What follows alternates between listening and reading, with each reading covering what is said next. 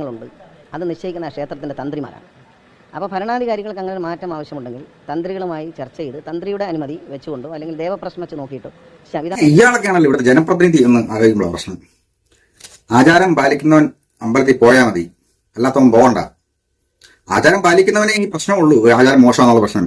ആചാരം പാലിച്ച് അമ്പലത്തിൽ പോകുന്നവനായി പ്രശ്നം. അല്ലാതെ അമ്പലത്തിൽ പോകാത്ത യുക്തിവാദികൾക്കോ നിരീശ്വരവാദികൾക്കോ ഈ പ്രശ്നമില്ല. ആചാരം മോശമാണ്, അവർ പോകുന്നില്ലല്ലോ. പോകുന്നവർ തന്നെ ഈ പരാതി പറയുന്നത്. അല്ല, അമ്പലമായിട്ട് ബന്ധപ്പെട്ട് നിൽക്കുന്ന ആൾക്കാർ തന്നെയാണ് ഇത് പറയുന്നത്.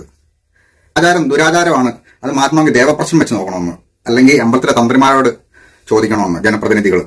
അത് ദേവപ്രശ്നം വെച്ച് നോക്കിയൊന്നും അല്ല ഒരു ആധുനിക സമൂഹം അതിനെ സമീപിക്കുന്നത്. ബുദ്ധിയും ഇവരുള്ള ആൾക്കാരെ. ഇയാളുടെ കാര്യം അങ്ങനെ അറിയത്തില്ല. സാധാരണ അങ്ങനല്ല. അതിന് ഭരണകൂടം മുന്നിട്ടിറങ്ങി അതിന് മാറ്റം വരുത്തി വയ്ക്കേണ്ടത്. അങ്ങനെയാണ് ഒരുപാട് ആചാരങ്ങൾ ഇവിടെ ഉണ്ടായിരുന്നത്. അതെല്ലാം ആചാരങ്ങൾ തന്നെയായിരുന്നു. അതുണ്ടായിരുന്ന കാലത്ത് അത് അനാചാരം വന്ന് ആരും പറഞ്ഞില്ല.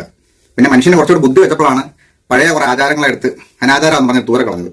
ഇങ്ങനെയൊക്കെയാണ് അവിടെ ഇരുന്നെങ്കിൽ അതൊന്നും നടക്കുകയില്ലല്ലോ. ദേവപ്രശ്നം വെച്ച് നോക്കണം എന്ന് പറയല്ലേ.